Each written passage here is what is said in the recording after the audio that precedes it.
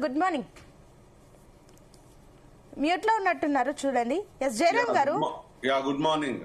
Yes Jayaram గారు, so ఏదైతే ఇప్పటి వరకు ఉన్న ట్రెండ్స్ ప్రకారం చూస్తున్నా కూడా కాంగ్రెస్ పార్టీ ముందంజలోనే ఉంది. అండ్ ఇంకొకటి ఏంటంటే ఇందాక దిలీప్ గారు చెప్పినట్లు కూడా ఎంతైతే 100% ఎక్స్పెక్ట్ చేశామో 100% రాలేదు కాంగ్రెస్ కి. జస్ట్ ఈ 66 ఆ రేంజ్ లోనే ఉన్నారని చెప్పేసి ఏవైతే కమెంట్స్ ఉన్నాయో వాటికి ఏం చెప్తారా? అండ్ ఇంకొకటి ఏంటంటే కూడా ఈసారి అంటే స్థానిక సంస్థల ఎన్నికలకు సంబంధించి కూడా ఒక రకంగా ఇలాగే ఉంటుందా అంటే అధికార పార్టీకే కనిపిస్తుందా అనుకూలంగా, లేదంటే ఈసారి ఏమైనా ప్రత్యేకించి ఏమైనా కొత్తగా సిచ్యువేషన్స్ కనిపించాయా? సునీత, మీకు ప్యానెల్లో ఉన్న మిత్రులకు, జీనియస్ ప్రేక్షకులకు మరొకసారి నమస్కారాలు. ఇక్కడ మనము అబ్జర్వ్ చేయాల్సింది ఏంటి అంటే, ముందుగా తెలియజేయాల్సింది, ఎవరైతే అన్ని రాజకీయ పార్టీల్లో గెలిచిన ప్రతి వ్యక్తికి హృదయపూర్వక అభినందనలు. సో ఈరోజు గత 15 రోజులుగా ఒక్కొక్కరు టెన్షన్ల నుంచి రిలాక్స్ అయ్యారు ఒక రకంగా చెప్పాలంటే. సో ఆ రిలాక్సేషన్ కి టుడే హ్యాపీగా ఫీల్ అయ్యే రోజు ఇది. So they are everyone, I congratulate everyone. ఆ విషయాన్ని పక్కన పెట్టేస్తే ఇక్కడ మనం అబ్జర్వ్ చేయాల్సిన 2 అంశాలు. ఒకటి వచ్చేసేమో రాజకీయ పార్టీలకు ఉండే అవగాహన, అధికార పార్టీ అసలు ఏం మాట్లాడుతుంది, ఈ 2 చాలా కీలకమైనవి. రాజకీయ పార్టీలు ఓవరాల్ గా ఏం మాట్లాడుతుంటాయి అంటే, లేదు ఎంత ఇప్పుడు ఓటమి పాలైనా కూడా మా వచ్చిన దాంట్ లోపల మేము చాలా గొప్పగా ప్రదర్శించాము, సో ప్రజలు మమ్మల్ని ఆశీర్వదించారు, ప్రజలు మాతోనే ఉన్నారు కాబట్టి మేము ఈ మాత్రం సాధించగలిగామంటారు. సో ఓ పాజిటివ్ థింకింగ్ ఉందంటే మొత్తం సంతోషం, అందులో వేరే ఇబ్బందులు లేవు, అభ్యంతరాలు లేవు కూడా ఎవరికి ఉండవు. పాజిటివ్ థింకింగ్ ఒకటే సరిపోద్దా, లేకపోతే ప్రజల పక్షాన కొట్లాడటం మంచిదా అనేది ఆలోచించుకోవాలి. ఇక్కడ పాజిటివ్ థింకింగ్ తోనే మనకు సర్దుకుంటే ప్రజల పక్షాన యుద్ధం చేసేవారు ఎవరు? దాన్ని ఎందుకు మనం మర్చిపోతున్నాం? రాజకీయ పార్టీలు అంటే ప్రతిపక్ష పార్టీలు ఆలోచించుకోవాలి. ఇక్కడ ఏర్లై పారింది మద్యం అయితే, ఇక డబ్బుల గురించి మనం చెప్పాల్సిన పని లేదు. అంటే ఇది ఇంతటి ఆల్కహాల్ పోతూ ఉంటే యంగ్ వీడోస్ ఉంటున్నారండి తెలంగాణ లోపల. యంగ్ వీడోస్ ఒక గవర్నమెంట్ స్కూల్ కు పోయి మీరు విచారణ చేస్తే అక్కడ 30-40% యంగ్ వీడోస్ మనకు దర్శనమిస్తారు. ఇది చాలా బాధాకరమైన విషయం, చాలా ఆశ్చర్యపోవాల్సిన విషయం కాదు, భయపడాల్సిన విషయం ఇది. దీన్ని ఏ ప్రతిపక్ష పార్టీ మాట్లాడతలేదు. హాస్పిటల్స్ కానీ విద్యా వ్యవస్థ కానీ పూర్తిగా కూని అయిపోతున్నాయి, వాటి గురించి మాట్లాడరు. ఇవి కాకుండా వాళ్ళేదో చేసిందో మనమేదో మాట్లాడుతున్నాం అనే దాన్ని ఒక ట్రాప్ లో పడి ప్రతిపక్షాలు ఈరోజు ఇంత బలహీన పడిపోతున్నాయి అనే దాన్ని మనం మాట్లాడుకోవాలి. ఏది ఏమైనా కూడా ఇప్పటికైనా కూడా అర్థం కావాల్సింది ఏంటంటే, ప్రజల పక్షాన ఉండి కొట్లాడితే ప్రజలు ఆశీర్వదిస్తారు. ప్రజలు డిఫరెంట్ గా దాన్ని గుండెల్లో పెట్టుకొని చూస్తారన్న విషయాన్ని ప్రతిపక్ష పార్టీలకు అర్థం కావాలి. అధికార పార్టీ విషయానికి వస్తాం. అధికార పార్టీ వచ్చేసి మేము చాలా ఘన విజయం సాధించాము అని అంటారు. సో ఉన్న వాటిలలో అధికారం ఉంది కాబట్టి, అధికారం ఉన్నప్పుడు డెఫినెట్ గా ప్రజలు ఓటు వేయడానికి కూడా ఛాన్స్ ఉంది, మీకు కూడా అది పాజిటివ్ గా ఉండడానికి ఛాన్స్ ఉంది. కానీ ఇప్పుడు ఇంకా ప్రజలు మిమ్మల్ని ఆశీర్వదించారు, మీ పాజిటివ్ థింకింగ్ లోనే చెప్పాలంటే ప్రజలు మిమ్మల్ని నమ్మారు, ఆశీర్వదించారు, అంతో ఇంతో ఇంకా మిమ్మల్ని వింటున్నారు అంటే ఇకనైనా మారాలని మారతారని. కానీ ఇక్కడ కాంగ్రెస్ లోపల గతించిన బీఆర్ఎస్ కి తేడా ఏముందండి? అప్పుడు ఏం మాట్లాడినా కూడా దోపిడీ, ఆ నలుగురు, కులహంకారం అనే మాట్లాడారు. ఇప్పుడు కాంగ్రెస్ లో అంతమించే ఉన్నది, దోపిడీ ఉన్నది, కులం ఉన్నది, కుటుంబం ఉన్నది, అహంకారం ఉన్నది, ఈరోజు ప్రజల్ని నెగ్లెక్ట్ చేయబడిన విధానం ఉన్నది. అయితే ఇంకొకటి ఇప్పుడు 2 ఉన్నాయి కదా. జయరామ్ గారు, సో ఇప్పుడు నాట్ ఓన్లీ మనం ఇప్పుడు బీజేపీ, బీఆర్ఎస్, కాంగ్రెస్ కాకుండా ఈసారి రిజల్ట్స్ లో చూస్తుంటే ఇండిపెండెంట్లది కూడా మంచి హవానే కనిపించింది. కొన్ని ప్లేసెస్ లో కూడా వాళ్ళు కూడా ఈక్వల్ టు కాంగ్రెస్ కి ఎన్ని స్థానాలు వచ్చాయి, ఇండిపెండెంట్ లో కూడా అన్ని స్థానాలు, ఇంకొన్ని చోట్ల ఎక్కువ కూడా వచ్చిన సందర్భం ఉంది.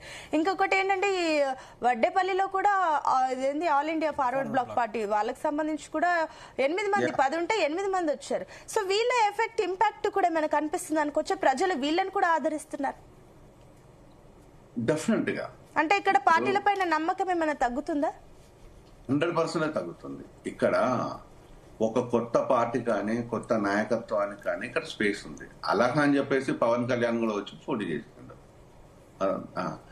పవన్ కళ్యాణ్ జనాలు నమ్మలేరు.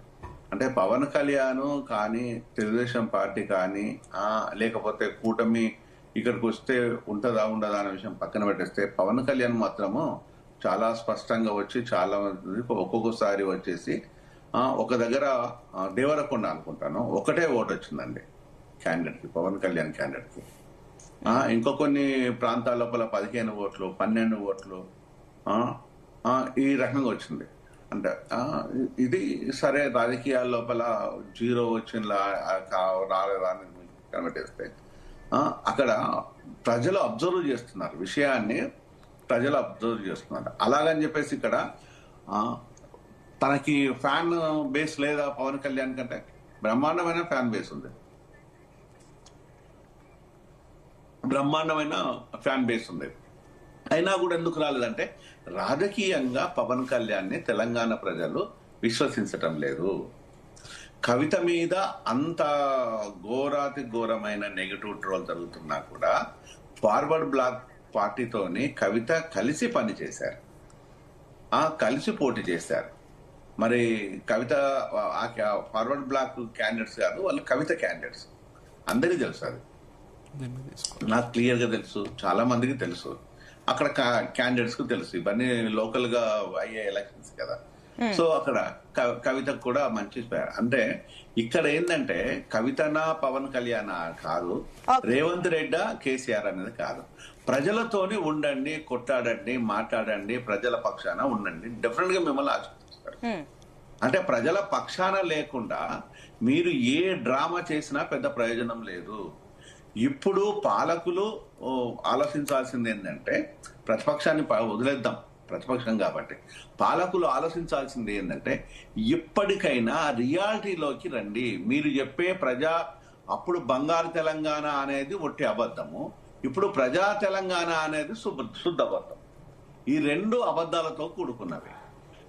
ఆ బంగారు తెలంగాణ అని చెప్పి ప్రజలు మోసం చేస్తేనే కదా ప్రజలను తిరస్కరించేసి కేసీఆర్ గారిని ఫామ్ హౌస్ లో కూర్చోబెట్టేసింది.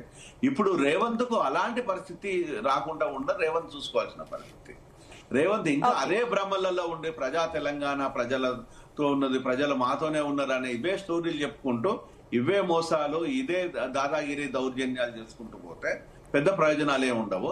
డెఫినెట్ గా ప్రజలు తిరగబడే రోజు సార్వత్రిక ఎన్నికల్లో వస్తుంది. ఈ ఎన్నికలు ఎలా ఉన్నా కూడా డెఫినెట్ గా ఇప్పుడు మిగతా పార్టీల కంటే మెరుగైన ఫలితాలు ప్రభుత్వం పొందినది కాంగ్రెస్ పార్టీకి వచ్చింది. అలాగని చెప్పేసి కాంగ్రెస్ పార్టీ గొప్పగా పాలన చూసి మాత్రం ఇది ఓట్లేసింది కాదు. స్థానిక ఓట్లు అనేది స్థానికతగా ఉండే వ్యక్తుల పట్ల కొంత పాజిటివ్ గా ఉండేసి ఆ పాజిటివ్ అనేది డిఫరెంట్ గా ఉంటది. పార్టీ పరమైన బెనిఫిట్ కూడా కొంత ఉంటది. అలాగని చెప్పేసి ప్రజలు మొత్తం గుడ్డిగా నమ్మేది అయితే కాదు. ఇది పాలకులకు అర్థమై ఇప్పటికైనా ఆల్కహాల్, హెల్త్, ఎడ్యుకేషన్ మీద ఆల్కహాల్ తగ్గించి హెల్త్ ఎడ్యుకేషన్ కనుక ప్రజలకు తీసుకెళ్తే ప్రజలు మిమ్మల్ని ఆశీర్దిస్తారు అనేది నేను సలహా ఇస్తున్నాను. Okay, I will come back to అండి. అదే విధంగా జితేందర్ గారు జాయిన్ అయ్యారు, కాంగ్రెస్ అధికార ప్రతినిధి. జితేందర్ గారు గుడ్ మార్నింగ్ అండి.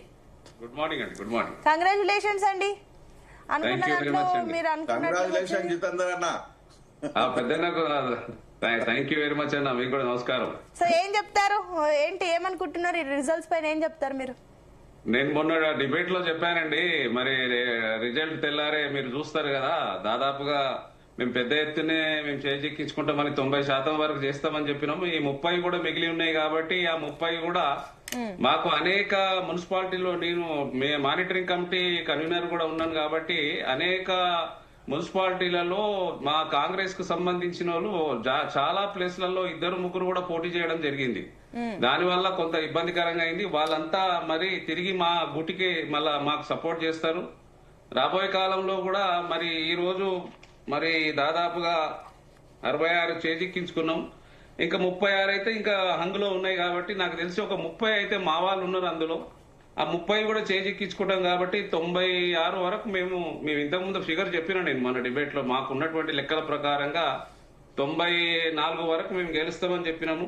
అదే విధంగా మరి ఇది కార్పొరేషన్స్ కూడా 7 4 మరి గెలవడం జరిగింది. అది మేము ఒక 5 గెలుస్తామని చెప్పినాను. కాబట్టి అందులో కూడా గెలవడానికి ఎక్కువ అవకాశాలు ఉంటాయి. మరి గడిచినటువంటి 2 సంవత్సరాలు జరిగినటువంటి పరిపాలనలో బ్రహ్మాండంగా ప్రజలు మరి ఈ రోజు అభివృద్ధి సంక్షేమం వైపే మళ్ళీ అన్నట్టుగా భావించాల్సి వస్తుంది అన్నట్టుగా ఆలోచన చేసినాము. నేను ఇంతకుముందు డిబేట్ లో కూడా అదే చెప్పినాను. ఈ రోజు 2 సంవత్సరాలలో బ్రహ్మాండంగా పరిపాలన జరుగుతుంది రేవంత్ రెడ్డి గారి నాయకత్వంలో. ప్రజలు మరి అనేక రకాలుగా పాలసీలు మరి ఉన్నటువంటి ప్రవేశపెట్టిన 2 సంవత్సరాల సంక్షేమం కూడా అనేక రకాలుగా అభివృద్ధి పదంలో నడుస్తుంది. కాబట్టి దానికోసమే ఈ రోజు ప్రజలు మరి మాకు విశ్వనీయత వ్యక్తపరిచారు. మేము దానికి విజయం సాధించడం. మరి దీనికి సహకరించినటువంటి రాష్ట్ర ప్రజలందరికీ మరి అదేవిధంగా ముఖ్యమంత్రి గారికి కంగ్రాచులేషన్ చెప్తున్నాము. మరి ప్రజలందరికీ కూడా ధన్యవాదాలు తెలియజేస్తున్నాం. రాబోయే కాలంలో మరింత సంక్షేమం వైపు మా ముఖ్యమంత్రి గారి నాయకత్వంలో మేమంతా పనిచేస్తాము.